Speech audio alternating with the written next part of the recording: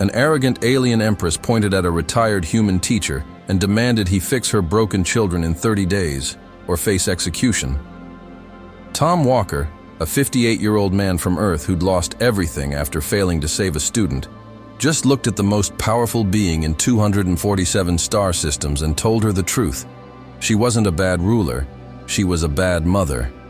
This is Tom Walker, a man who traveled across the galaxy expecting to teach in a boring alien university, not to babysit the royal heirs of an intergalactic empire.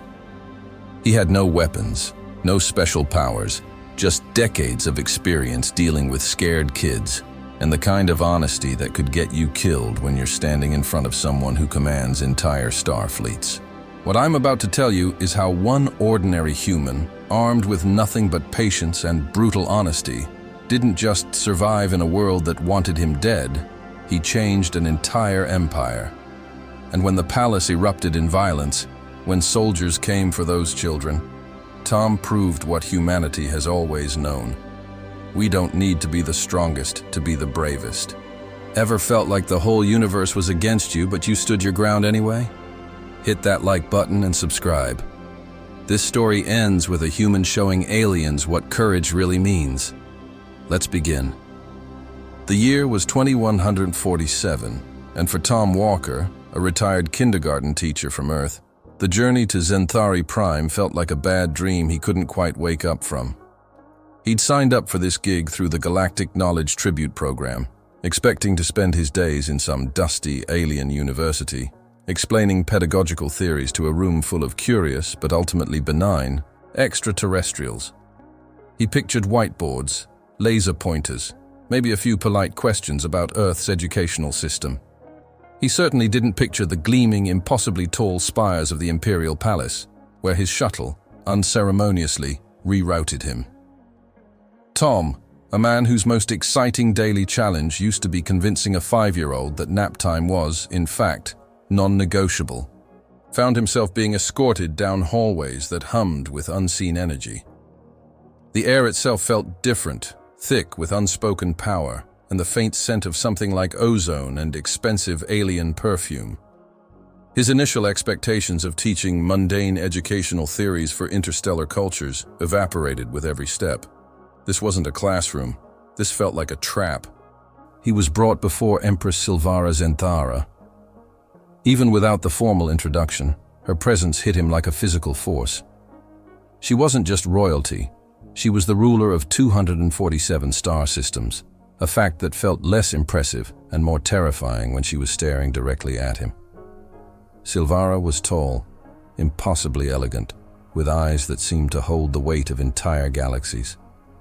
Her scales, a shimmering indigo, caught the light in a way that made them look like liquid night. Her initial assessment of Tom was, to put it mildly, brutal. Her voice, a low rumble that vibrated through the very floor, echoed in the vast audience chamber. "This is the human?" she asked, her gaze sweeping over his rather ordinary frame. "Physically disappointing. And your neural structure," she added. A faint ripple passing through her brow, a sign of her psionic abilities at work, "is chaotic, a maelstrom of disorganized thought." Tom, who had faced down more than one tantruming toddler, managed a wry smile. "Well, Your Majesty, I assure you, my brain is usually more organized than my sock drawer, but it's been a long trip. And regarding my physique, I'm built for comfort, not for speed. Or for ruling star systems, apparently."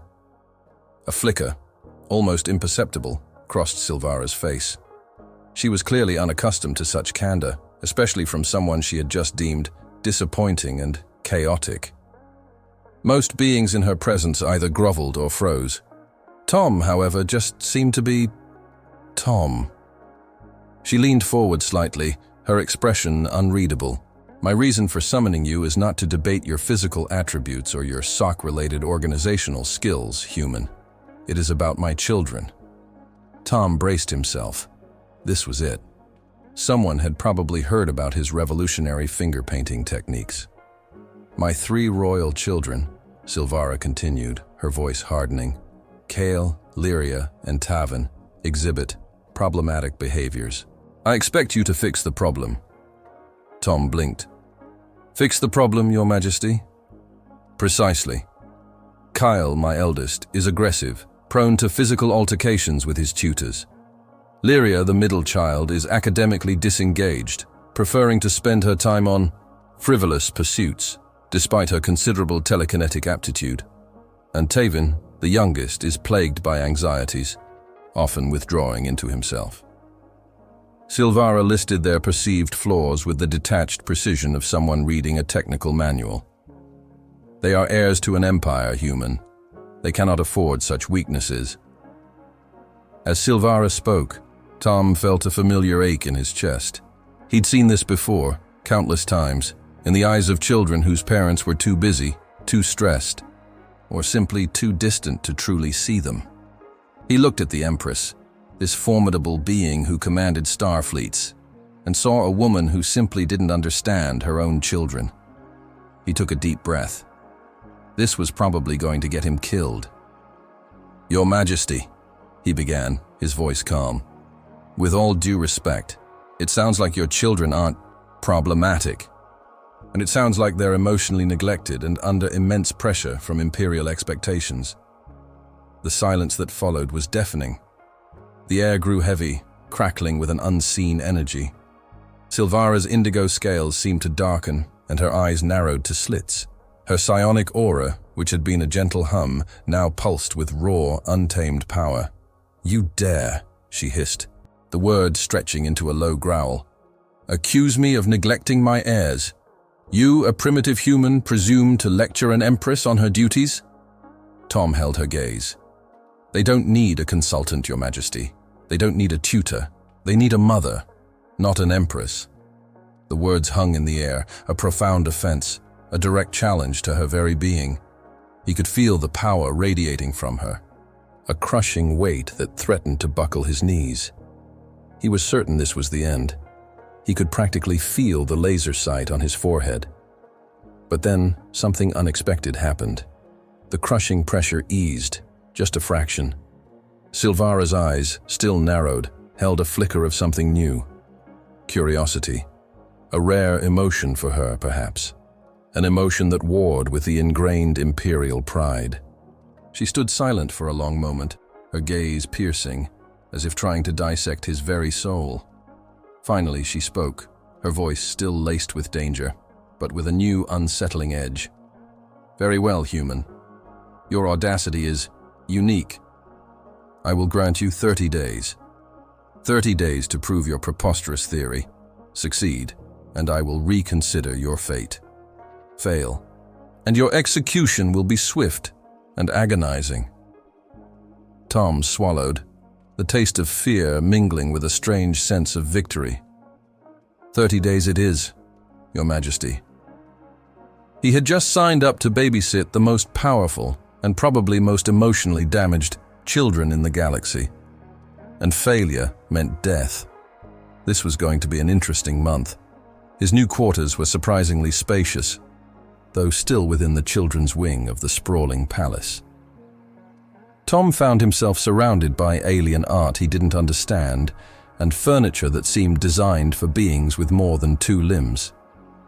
He was officially the royal babysitter. He didn't have a grand plan to fix them, as the Empress had so coldly put it.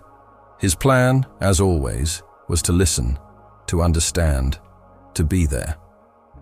He'd done it for decades with human children, and he figured deep down, alien kids couldn't be all that different. His first encounter with Kale was a test of wills.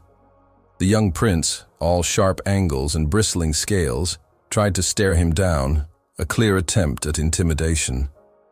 Kyle was still in his early teens, but already had the bearing of a warrior. "You're the human," Kyle stated, his voice a low growl. "The one who speaks back to my mother." Tom just sighed, running a hand over his mostly bald head. "Yeah, that's me, Tom Walker, and you must be Kale. Look, kid, I'm old. My knees hurt, my back aches, and I haven't had a decent cup of coffee in days. Your attempts at intimidation are frankly exhausting. You want to stare? Go ahead." I'll just close my eyes and take a nap." He leaned back in his chair, a very human, very worn armchair he'd somehow convinced a palace servant to bring him. Cale blinked, thrown off by Tom's weary sarcasm. He probably expected fear or deference. Instead, he got a tired old man who just wanted a break. The prince huffed, a sound that might have been annoyance, or maybe, just maybe, confusion. Then came Lyria. She floated into the room, literally, a book hovering beside her head, her eyes scanning the pages with intense focus. Without looking at him, she used a small telekinetic push to send a vase of alien flowers crashing to the floor, just to get his attention. Tom didn't even flinch. He just looked at the shattered vase. "Nicely done," he said, without a trace of anger. "Very dramatic. Now, if you're quite finished with your interior decorating, perhaps you could use that amazing brain of yours to tell me what that book is about.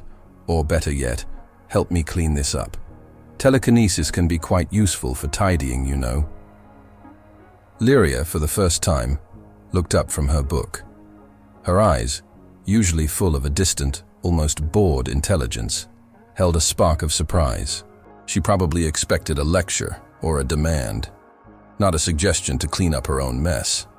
She sighed, a very human-like sound, and with a flick of her wrist, the shattered pieces of the vase reassembled themselves, floating back onto the pedestal. "It's a history of galactic trade routes," she mumbled. "Fascinating," Tom replied. "But maybe we could read something with a bit more drama. Or perhaps some poetry? I know a few human poets who could make even a grocery list sound exciting." He winked. Taven was the trickiest. The youngest prince was a bundle of nerves, constantly fidgeting, his eyes darting around as if expecting danger from every shadow. "Are you really human?" he whispered, clutching a small plush alien toy. "Do you have powers? Like super strength? Or can you fly?" Tom chuckled. "Powers? Well, I can make a pretty mean grilled cheese sandwich, and I'm incredibly stubborn. Does that count? As for flying, I leave that to the spaceships. My main power is probably just being really good at asking questions and listening to the answers."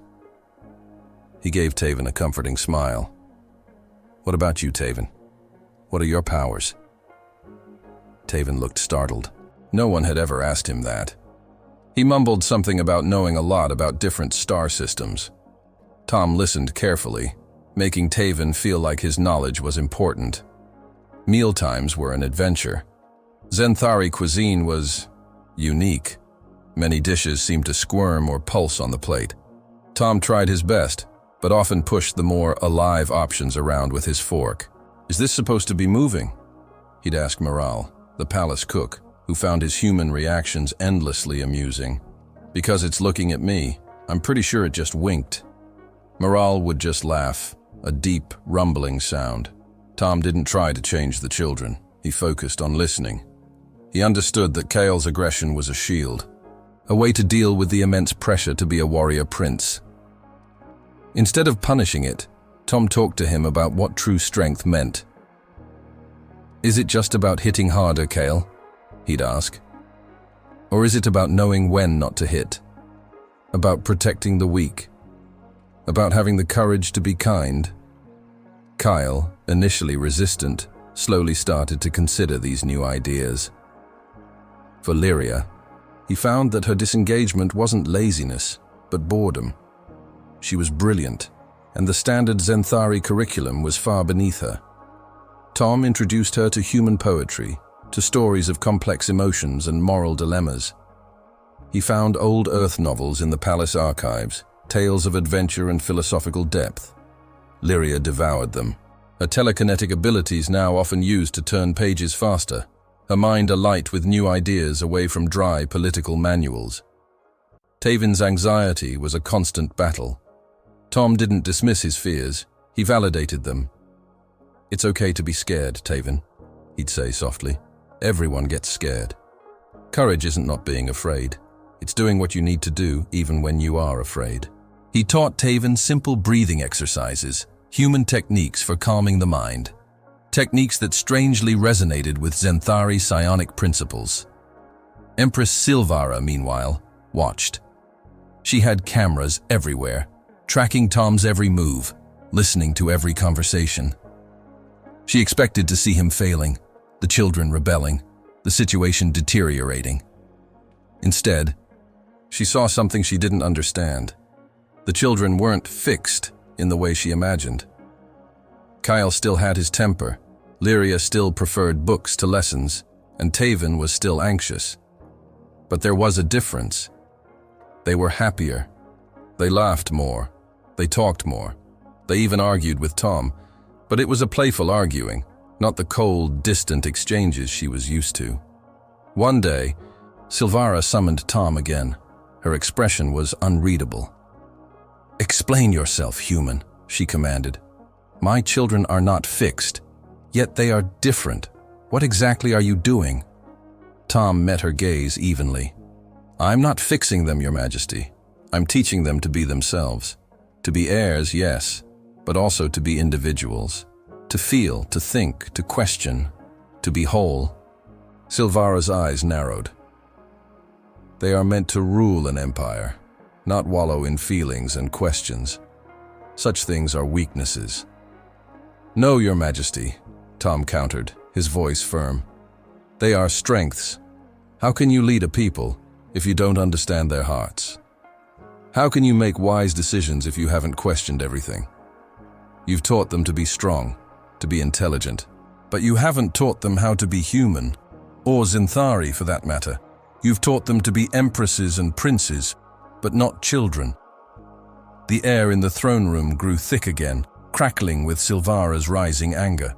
Tom could feel the familiar pressure, the promise of swift annihilation. He braced himself, certain this time he'd gone too far.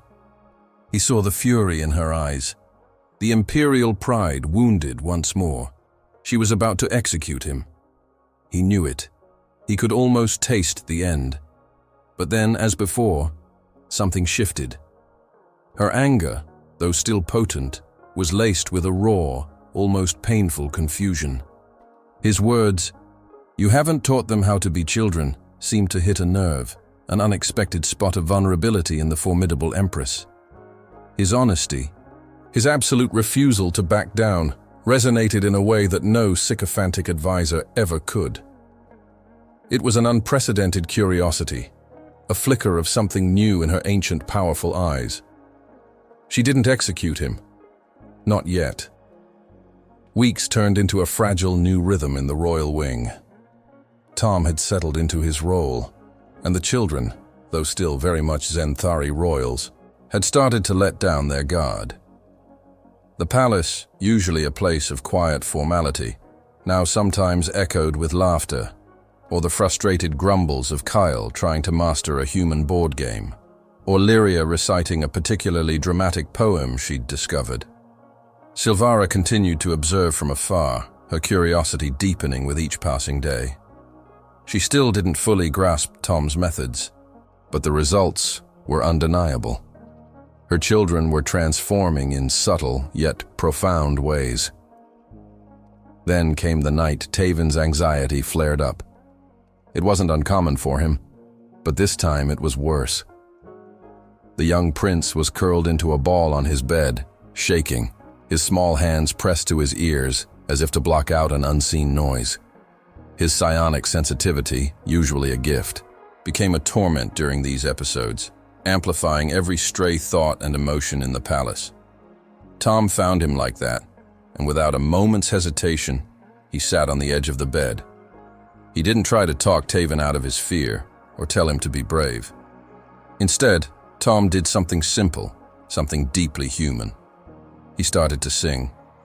It was a soft, low melody, a human lullaby he'd sung to countless children back on Earth, a song about letting things be, about finding peace in acceptance. Let it be, let it be, let it be, let it be, whisper words of wisdom. Let it be, he crooned, his voice a little rusty with age but warm with genuine care. He gently placed a hand on Taven's back, a comforting weight that wasn't meant to fix, just to be there. Slowly, the shaking subsided. Tavin's breathing evened out, and eventually, exhaustion claimed him, pulling him into a peaceful sleep. Silvara watched it all from her private chambers, the scene playing out on a hidden monitor. The soft glow of the screen illuminated her face, revealing an expression she rarely wore: vulnerability. She saw Tom, a human, singing a simple foreign song, offering a kind of comfort she hadn't given her own son in years. A pang, sharp and unexpected, twisted in her chest.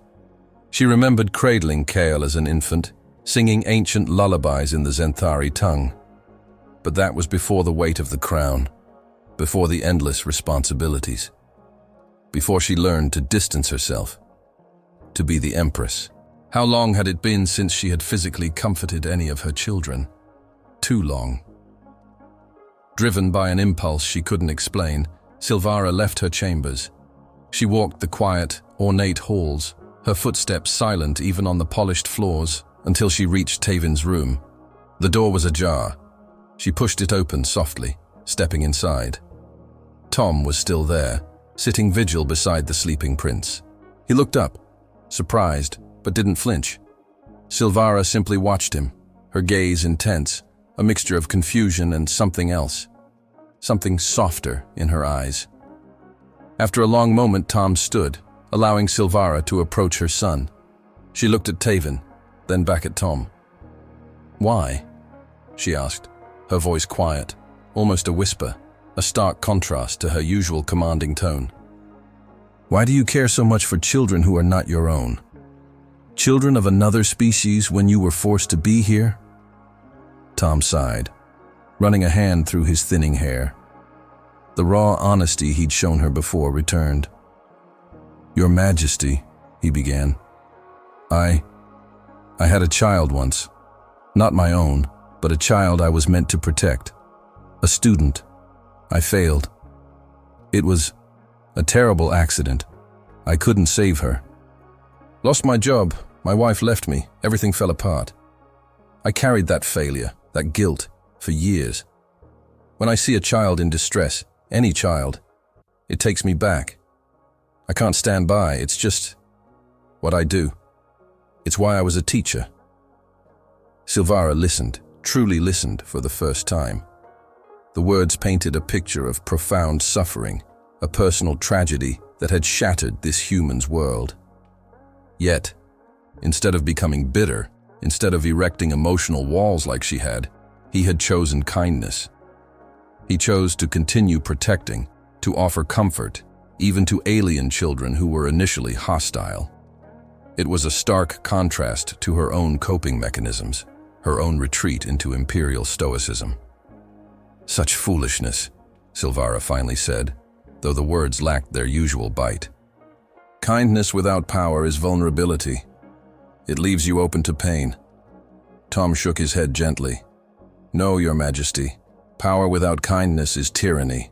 It leaves you isolated, and eventually, it destroys you. True strength isn't about being unfeeling. It's about feeling, and still choosing to do what's right. To protect. To care."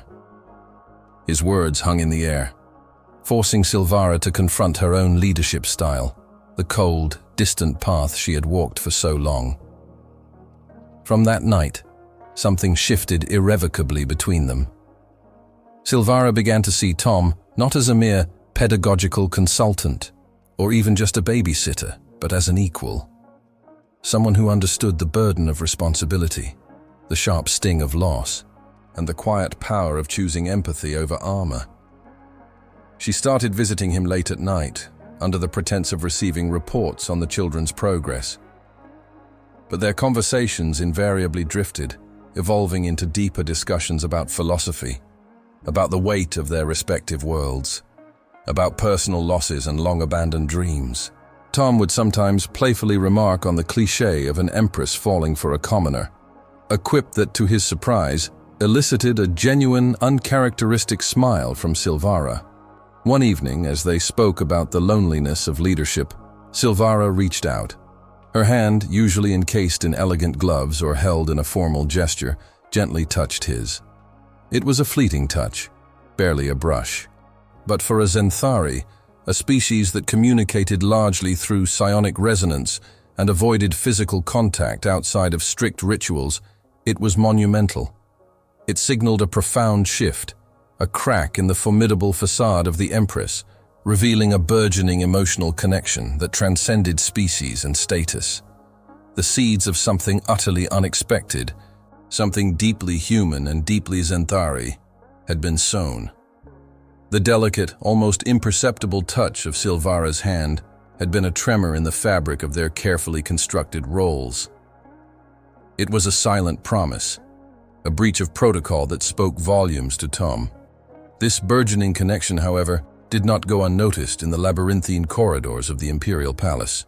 While Silvara and Tom navigated their evolving understanding, unseen eyes watched, and minds far less benevolent than theirs plotted. Councillor Vorath was one such mind. A figure of immense power within the Zenthari hierarchy, he belonged to a faction that viewed any deviation from ancient traditions as a sign of weakness. He harbored a deep-seated resentment for Silvara's progressive, if sometimes hesitant, approach to governance, and he saw the human, Tom, as an unacceptable blight on imperial dignity.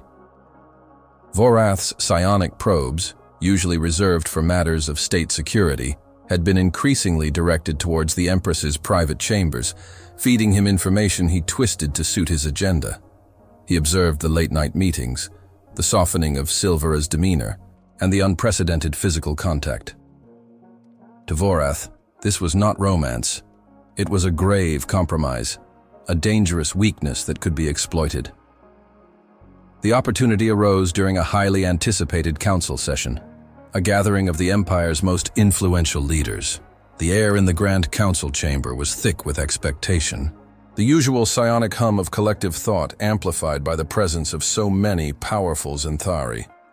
Vorath, a hulking figure even by Zenthari standards, rose from his seat, his voice resonating with an artificial gravitas that masked his true intent.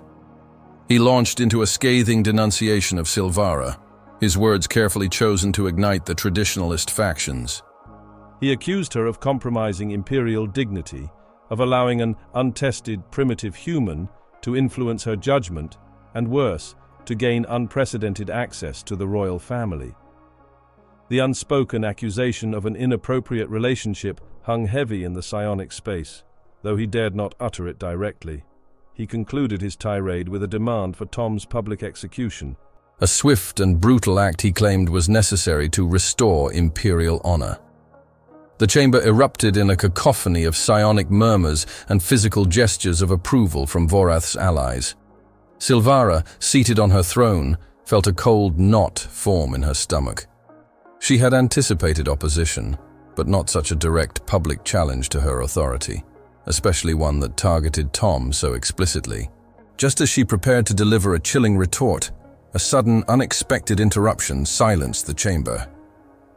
The great doors to the council chamber, usually guarded by elite Zenthari warriors, swung open, revealing three figures who had no business being there. Kael, Lyria, and Tavin, her children, stood united, their faces set with a determination Silvara had rarely seen.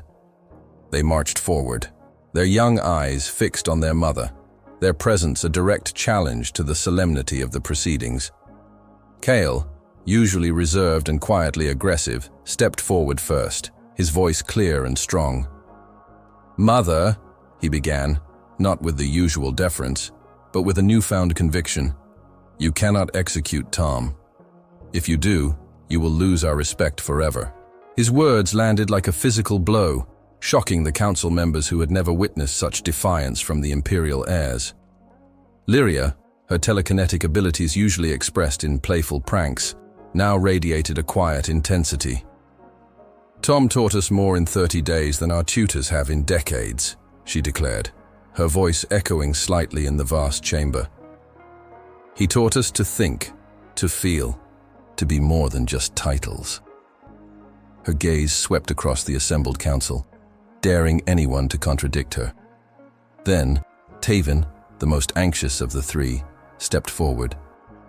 His small frame trembled slightly, but his eyes met his mother's with unwavering courage. "You are wrong, Mother," he whispered, but the words, amplified by the stunned silence, carried throughout the room. "You are wrong about Tom." Silvara stared at her children, utterly stunned. Their unified defiance, their willingness to challenge her in front of the entire council, was unprecedented. It was a testament to Tom's profound impact, she realized, a testament to the fact that he had not just fixed them, but had given them the courage to be themselves, to speak their truths, even to an empress. This was not weakness. This was strength, a strength she had unknowingly stifled in them.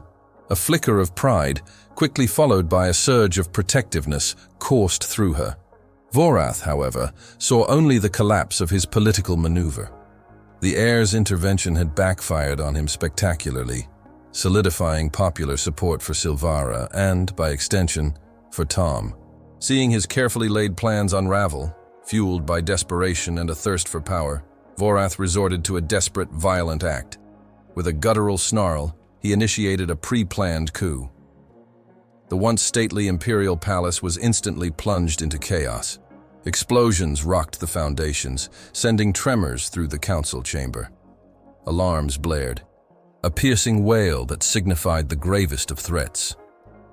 Guards loyal to Vorath, their faces grim and determined, stormed the premises, engaging in brutal skirmishes with Silvara's loyalist forces.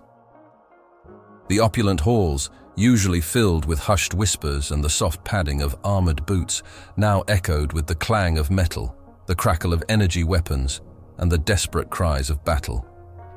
The peaceful setting, the symbol of the Zenthari Empire's stability, was shattered by violence and betrayal.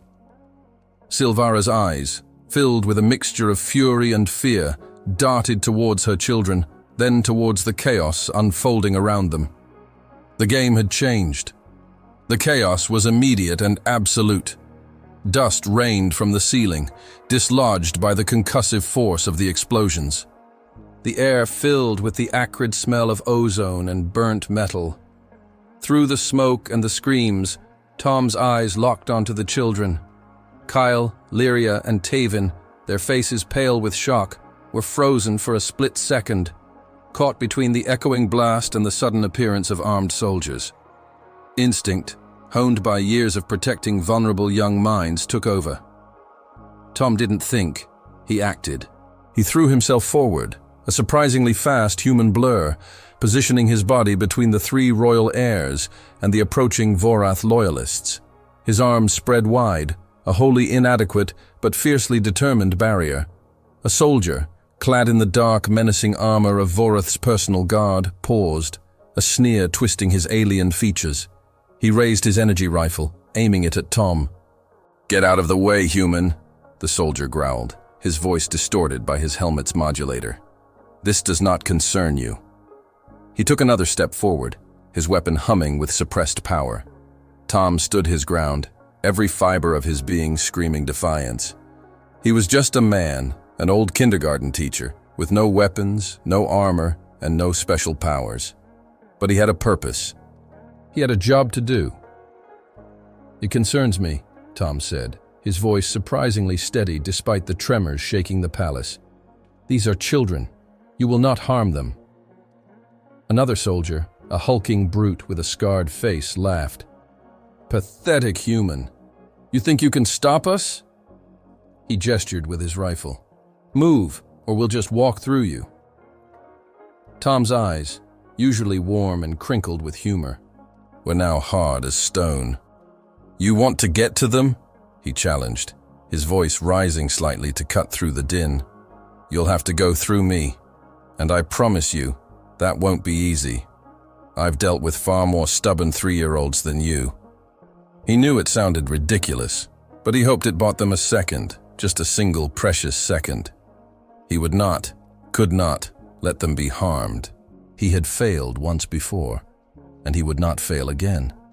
He would die protecting them, if that's what it took. Behind him, Kyle, Lyria, and Taven, instead of cowering or attempting to flee, mirrored his stance. Kyle's hand went to the hilt of his ceremonial dagger, a small but real weapon. Lyria's eyes narrowed, a faint shimmer of energy sparking around her fingertips. Taven, usually so timid, clenched his small fists, his gaze fixed on the approaching soldiers. They were not leaving him. They were standing with him. The first soldier lunged, rifle butt swinging. Tom, despite his age and lack of training, reacted with pure, desperate instinct. He ducked under the blow, grabbing a heavy, ornate serving tray from a nearby table. He didn't know how to fight, but he knew how to improvise. The tray became a crude shield, deflecting a follow-up strike. He jabbed it forward, aiming for the soldier's midsection, a clumsy but effective move that momentarily knocked the armored alien off balance. Then, the true chaos began. Kyle, with a surprising burst of speed, darted past Tom and engaged the first soldier, his small dagger flashing. He moved with a practiced grace, a stark contrast to Tom's flailing. Lyria, her face a mask of concentration, pushed out with her mind. A nearby chair, heavy and solid, lifted into the air and slammed into another approaching guard, sending him sprawling. Taven, surprisingly, was not idle. He pointed frantically towards a section of the wall. "Hidden passage! Mom uses it!" he yelled, his voice surprisingly strong. Tom, using the brief reprieve, glanced at the children. They were fighting, really fighting, each in their own way. Kyle was a whirlwind of controlled aggression, Lyria, a force of raw psychic power, and Taven, with his knowledge of the palace's secret roots, was a tactical guide. He was no longer just protecting them, he was fighting alongside them. He grabbed a heavy velvet curtain, ripping it from its rod, and used it to entangle a soldier's legs, sending him crashing down. This was not elegant combat. It was messy, desperate, and utterly human. Just as another wave of Vorath's guards surged forward, a new voice boomed through the chamber, cutting through the din of battle. "Protect the human! Secure the heirs!" Commander Rykos, his face grim but resolute, burst into the chamber, leading a contingent of Silvara's loyalist guards. His eyes, usually haunted, were now filled with a fierce determination. He saw Tom, the old human who had listened to his unspoken fears, standing as a shield for the children. He saw the children, fighting with a courage he hadn't known they possessed. Rykos had understood Tom's quiet empathy, the way he'd helped him manage the phantom echoes of past battles, the way he'd taught him that true strength wasn't just about fighting, but about healing. And now he was returning that favor. The loyalist guards, invigorated by Rykos's command, slammed into Vorath's forces. The tide of the battle began to turn. The fighting was fierce, but Silvara's forces, spurred by their loyalty and the sight of their empress fighting fiercely in another part of the hall, slowly gained the upper hand. Vorath's desperate coup was failing. Cornered, his forces decimated, Vorath let out a furious scream. "You think you've won?" he shrieked, his voice laced with manic desperation. "You haven't! I'll take thousands with me!" His hand moved to a hidden device on his wrist. A chilling beeping sound, barely audible above the battle, began to emanate from a distant section of the palace. Tom, his heart lurching, recognized the sound. It was an activation signal for a high-yield explosive. He knew, with a sickening certainty, where that sound was coming from. It was the civilian residential wing, the section of the palace where thousands of non-combatants, palace staff, and their families lived. Vorath, in his final desperate act, intended to commit mass murder. Without a second thought, without a word, Tom bolted. He didn't hesitate, didn't look back. He ran towards the sound, his legs pumping, his old body pushing past its limits. He heard Rykos shout his name, heard the children cry out, but he couldn't stop. He had to get there. He had to stop it. He burst into the residential wing, the beeping growing louder, more urgent. Panic was starting to spread, a low hum of fear turning into a rising tide of screams. He saw the bomb, a crude but powerful device wired into the main structural supports of the wing. He didn't know how to disarm it, but he knew the palace's emergency protocols. He'd studied them, just in case. There was an evacuation system, a way to seal off sections and reroute power.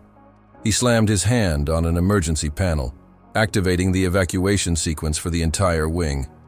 Alarms blared louder than before, but this time they were a warning, a chance to escape. Blast doors began to slide shut, sealing off the wing from the rest of the palace. Tom felt a surge of grim satisfaction as he watched the last of the residents scramble through a closing door just before it sealed completely. But as the final door hissed shut, he realized with a cold dread that he was on the wrong side. He was trapped, alone, with the bomb. He pressed himself against the wall, covering his head, a futile gesture against the coming blast. He closed his eyes, a single thought echoing in his mind. I hope the kids are safe. Then, the world exploded. The blast tore through the palace, a deafening roar that shook the very foundations of the ancient structure. Silvara, still locked in battle with Vorath's remaining loyalists, felt the tremor deep in her bones. Her mind, usually a fortress of calm, fractured for a moment. It was the civilian wing. Tom. A primal scream tore from her throat, a sound of pure, unadulterated anguish that silenced the battlefield for an instant. She didn't wait. With a surge of power, she swept aside the last of Vorath's guards, her psionic abilities flaring brighter than they ever had before.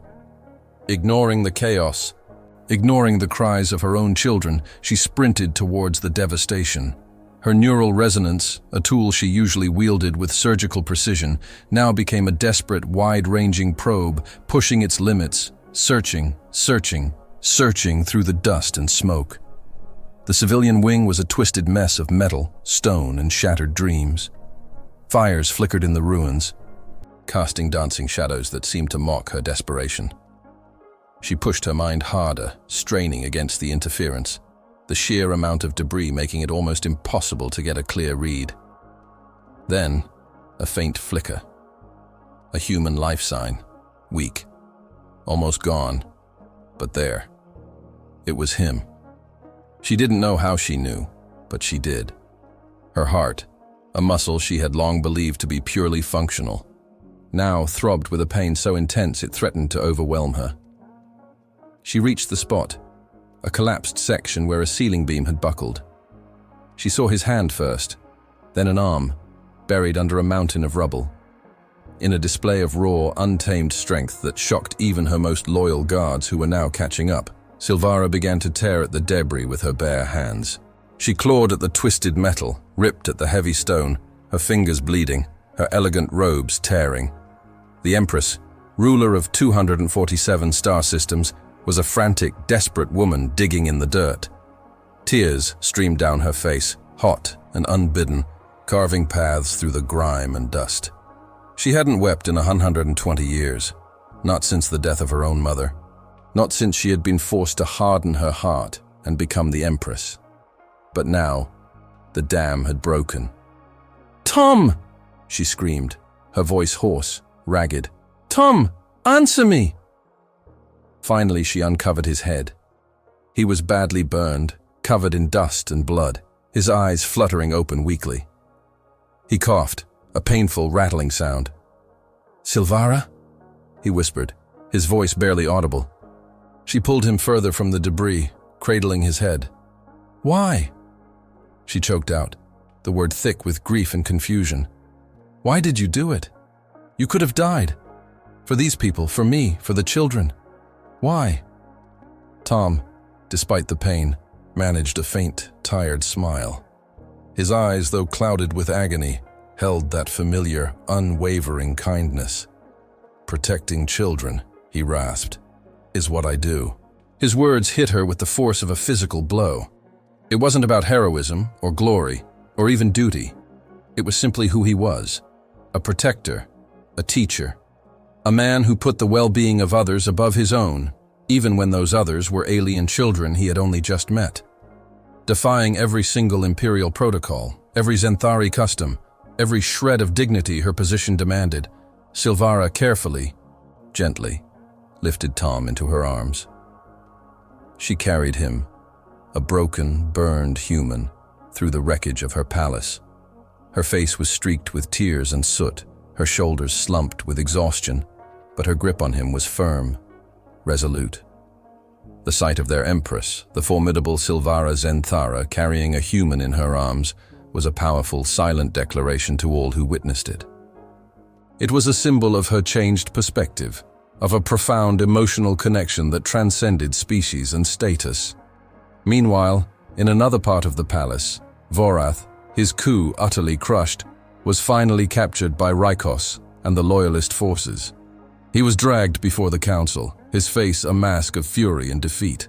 The coup was quelled, the immediate threat neutralized. But Silvara knew this was not merely a military victory. This moment, this raw, visceral experience, demanded something more.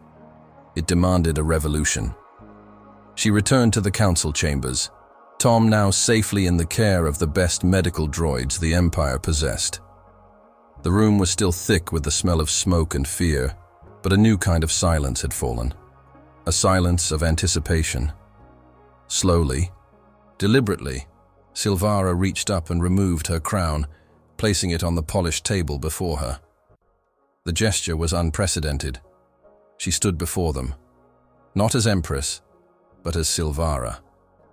"For generations," she began, her voice clear despite the strain, "we, the Zenthari, have believed that strength lies in distance, in emotional control, in the suppression of what we deemed weakness. I, myself, held this belief deeply. I believed that to rule was to be unfeeling, to be aloof, to maintain an unbreachable barrier between myself and my people, between myself and my own children." She paused, her gaze sweeping across the stunned faces of the council members, then out to the holographic projections showing her to the entire empire. I was wrong. A collective gasp rippled through the chambers and across the empire. An empress admitting error was unheard of. "Tonight," she continued, her voice gaining power, "a human whom I once considered primitive, whom I once saw as physically disappointing, whom I nearly executed for his audacity, taught me a truth more profound than any I have learned from our ancient texts or our psionic disciplines." She looked directly into the central camera, her eyes unwavering. "He showed me that true courage is not the absence of fear, but the choice to protect despite it. He showed me that power without kindness is merely tyranny. He showed me that vulnerability, far from being a weakness, is the very source of our greatest strength." Then, she did something truly revolutionary. Instead of merely transmitting her thoughts, as Zenthari leaders had done for millennia, she opened her mind, her heart, her very soul, and used her psionic abilities to share her raw emotions with the entire empire. Her pain from the explosion, her loneliness from a lifetime of emotional isolation, her profound gratitude for Tom, her fear for her children, her dawning understanding of what it meant to truly connect. It was a torrent of raw, unfiltered emotion, a shared emotional truth that washed over every Zenthari, from the highest-ranking council member to the lowliest citizen. The empire reeled. For a species that had long valued emotional detachment, this was an earthquake. They felt her grief, her love, her hope. They felt her vulnerability, and through it, they began to understand. Her vulnerability became her strength, and in that shared moment, the Zenthari Empire began to see a new path for their civilization. A path guided not just by logic and power, but by empathy and connection. The rigid, arrogant facade of their culture began to crack, allowing a faint, tentative light to shine through. Tom spent 2 months in recovery. His body, not designed for the kind of trauma it had endured, healed slowly. Scars marked his skin, a permanent reminder of the explosion, but he was alive. Silvara was a constant presence during this time. She visited him daily, sometimes for hours, sometimes just for a few quiet minutes. Her concern was clear in her eyes. In the way she'd check on the medical droids, even in the subtle shift of her posture when she entered his room. She didn't talk much about the coup or the political fallout, not with him. Their conversations were softer, more personal, a quiet space away from the demands of her empire. One afternoon, as he was finally able to sit up for longer periods, Silvara sat beside his bed, her gaze fixed on the view from the window, a vast, alien cityscape shimmering under two suns. The silence stretched between them, comfortable now, not awkward. "You changed everything," she said, her voice barely above a whisper, without looking at him. It wasn't a question, just a statement of fact. Tom managed a small smile, a little tired but genuine. "You chose to change," he replied, his voice a bit raspy from disuse. He understood that she, the Empress, was the one who had made the difficult choices, who had allowed herself to be vulnerable, to feel. He had just been a catalyst, an unexpected mirror. The Empire was still buzzing from her public confession. The shared emotional experience had been a shock, a jolt to their ancient, rigid culture. It was a lot to process, for everyone. Silvara, however, had already started putting words to her feelings, even publicly.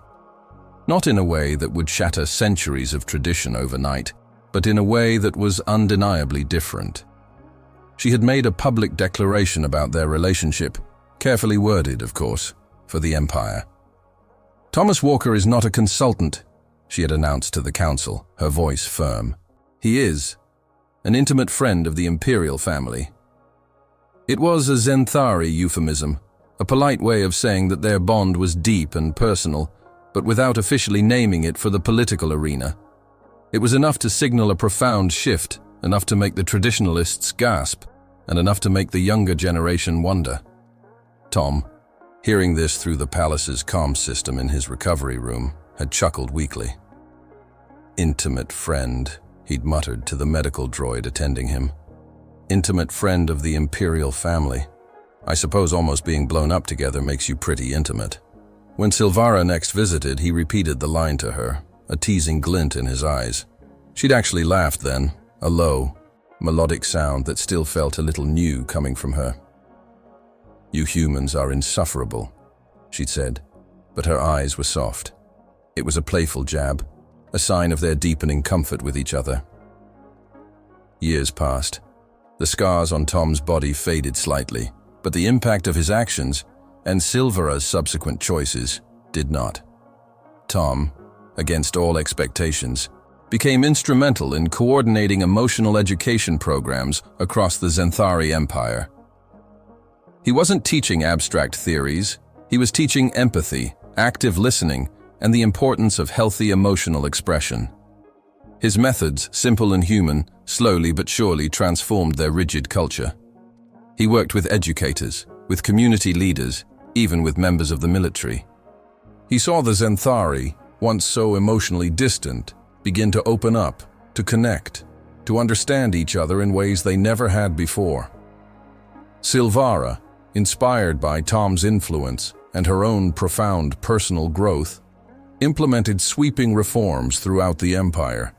She prioritized empathy and emotional intelligence, not just in education, but in governance, in justice, and even in their diplomatic relations with other species. She created new ministries focused on social well-being and mental health, concepts that had been practically non-existent in Zenthari society. The changes were slow, of course. Cultural shifts take generations, but the Zenthari Empire was undeniably undergoing a significant transformation, moving away from its inherent arrogance, learning to value connection over cold efficiency. In the quiet evenings, after the day's duties were done, the Empress and the former kindergarten teacher often shared dinner. It became a ritual, a symbol of their enduring partnership. Sometimes it was in her private dining chambers, sometimes in his more modest quarters. They would talk about the day, about the challenges of the empire, about the children. Silvara continued to learn what it meant to be a mother, not just an empress, seeking Tom's advice on everything from Kale's latest martial arts obsession to Lyria's burgeoning interest in galactic politics and Taven's ongoing journey with anxiety. She was still learning, still growing, and she wasn't afraid to admit it anymore. Tom, meanwhile, came to terms with the profound realization that he, a simple human, simply by being himself, had changed an empire. He never sought power, never sought fame. He just wanted to protect children, to teach them, to help them grow. And in doing so, he had achieved something far greater than any conqueror or politician. He had helped an entire civilization rediscover its heart. He still missed Earth sometimes, the smell of rain, the taste of a good cup of coffee. But here, on Zenthari Prime, he had found a new purpose, a new family, and an unexpected love. And that was more than he could have ever dreamed of. The future of the Zenthari Empire, and indeed his own, was now inextricably linked, moving forward together, one quiet, empathetic step at a time. Even as the empire shifted, the personal connections Tom forged continued to deepen, creating ripples far beyond official reforms. Commander Rykos, for instance, a man of quiet strength, found himself drawn to Tom's unassuming wisdom. It had started subtly during Tom's recovery, when Rykos, visiting the human, found himself talking about the tremors he sometimes felt, the sudden flashes of light and sound that weren't there. Tom, listening with a gentle patience Rykos hadn't encountered since childhood, had recognized the signs of trauma. He didn't offer grand solutions, just simple human ones, acknowledging the pain, finding small ways to ground himself, breathing exercises. Tom had spoken of his own struggles with the aftermath of his past, the lingering guilt, the moments of crushing sadness. This shared vulnerability, this quiet understanding of their respective scars, forged an unbreakable bond. Rykos, who had always believed his PTSD was a weakness to be hidden, learned from Tom that it was a part of his story, not his whole story. This new perspective, born from Tom's empathy, was what drove Rykos to protect Tom during Varath's coup, shouting for his men to protect the human. It was a testament to the ripple effect of Tom's kindness, how one simple act of understanding could transform a hardened soldier into a fierce protector. Rykos, in turn, began to quietly advocate for better mental health support within the Imperial Guard, a small but significant change that started with one human's gentle guidance. Lyria, too, continued to blossom under Tom's influence. Her telekinetic abilities, once a tool for mischief, became an extension of her creative spirit.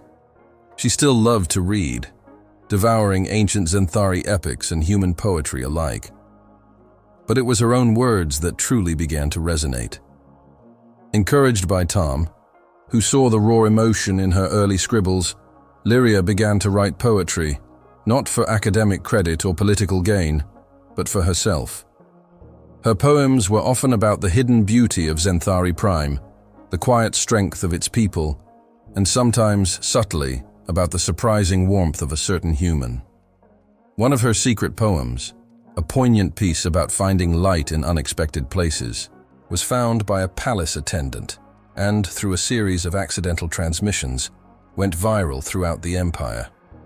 It was a subtle, beautiful piece that spoke of vulnerability and resilience, themes Tom had instilled in her. This poem, from the pen of a royal princess, sparked a cultural movement. It challenged the traditional Zenthari stoicism, inspiring others to express their inner worlds, to find beauty in emotion, and to see their royalty not as distant, unfeeling figures, but as beings capable of profound humanization. It was a quiet revolution, driven by a young girl's heart and a human's encouragement. One evening, Silvara found herself in Tom's quarters, not for dinner, but for a different kind of conversation. She had been reviewing ancient holographic archives, a project she'd started after Tom's influence had made her question her own lineage. She wanted to understand her ancestors, not just as rulers, but as individuals. She stumbled upon a hidden archive, marked with her grandmother's personal seal. Her grandmother, the empress before her own mother, was often depicted in official histories as a formidable, unyielding leader. But in these private recordings, Silvara discovered a hidden legacy of compassion and wisdom. Her grandmother spoke not of conquest, but of unity, not of power, but of empathy. She spoke of the delicate balance between strength and kindness, a balance she believed was the true mark of a great leader. Silvara watched, mesmerized, as her grandmother, in moments of quiet reflection, displayed a vulnerability Silvara had never imagined possible. It was a profound revelation. Her grandmother's true strength, Silvara realized, lay not just in her power, but in her capacity for empathy, a trait that had been carefully hidden from public view, perhaps to protect it. Tom, sitting beside her, simply put a hand on her shoulder as the holographic image faded. "She was more like you than you knew," he said softly, and Silvara felt a deep sense of connection, not just to her grandmother, but to the path Tom had helped her forge. Tom also found an unlikely friendship in Miral, one of the palace cooks. Miral was a gruff, no-nonsense Zenthari with a surprisingly soft spot for Tom's perpetually confused expressions about Zenthari cuisine.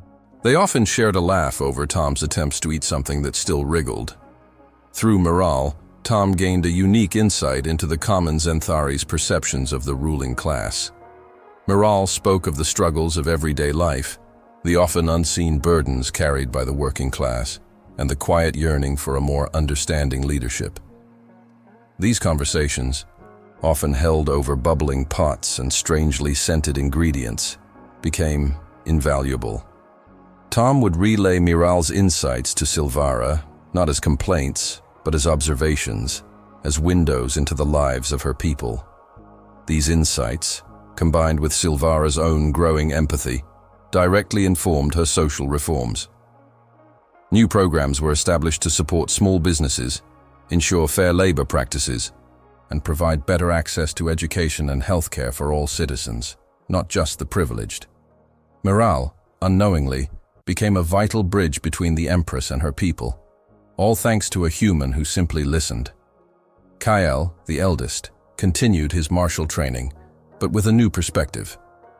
Tom had taught him that true strength wasn't just about physical prowess, but about self-control, discipline, and protecting the vulnerable. Kyle, who once saw Tom as a strange, soft creature, now saw him as a mentor, a sort of Uncle Iroh figure from one of Tom's old Earth stories. He even started practicing some of Tom's emotional bending techniques, learning to channel his aggressive tendencies into focused energy. One day, Kale found himself in a predicament only Tom could help with. He had developed a crush, a powerful, overwhelming feeling for a young Zenthari cadet. He came to Tom, flustered and unsure, expecting ridicule. Tom, however, listened with a straight face, offering gentle guidance on healthy boundaries, respectful communication, and the importance of genuine connection over grand gestures. Kale, for the first time, understood that emotions, even confusing ones, were not weaknesses, but opportunities for growth. Tom often found himself reflecting on the sheer absurdity of his situation. He, a retired kindergarten teacher from Earth, was now navigating the complexities of an alien empire. He sometimes joked about being Fran Fine in space without the glamour, a reference to an old Earth sitcom, highlighting his fish-out-of-water status. Yet, in this strange new world, his very humanity proved to be his greatest asset. His chaotic neural structure, once dismissed by Silvara, was precisely what made him so resilient. He sometimes thought of it as a Dune parallel, his human mind able to resist the psionic manipulations that might overwhelm a more rigid intellect. He was a master of emotional bending, not of elements, but of feelings, a skill he had honed over decades of working with children. He had come to Zenthari Prime as a pedagogical consultant, but he had become so much more. He had shown an arrogant alien queen that the true strength of an empire lay not in its power, but in its compassion. He had proven that the inferior human perspective, filled with empathy and emotional resilience, was in fact a superior strength. His physical sacrifice for alien children had underscored the universal human capacity for selflessness, a message that resonated throughout the stars. He had, simply by being himself, changed an empire. And in doing so, had found his own profound redemption. This story reminds us of something powerful. In the entire galaxy, what makes humans dangerous isn't our strength or technology. It's our ability to care, even when it's easier not to. It's standing between children and armed soldiers when you have no weapon but your body. That's the human edge. Sometimes the bravest thing you can do is refuse to become cold in a cold universe. Think about it. When was the last time you chose kindness when the world told you to be ruthless? Have you ever stood up for someone when it would have been easier to walk away? What moment in your life taught you that real strength isn't about power? It's about protecting those who can't protect themselves? If this story hit you somewhere deep, write in the comments the word guardian and tell me. Where are you watching from? Drop that like if you believe humanity's greatest weapon is our refusal to stop caring. Subscribe and hit the bell so you don't miss the next story that'll remind you why humans are the most stubborn species in the galaxy. Share this with someone who needs to remember what we're capable of when pushed to the edge. Thanks for being here, brother. In a universe of countless species, it's our humanity that makes us unstoppable.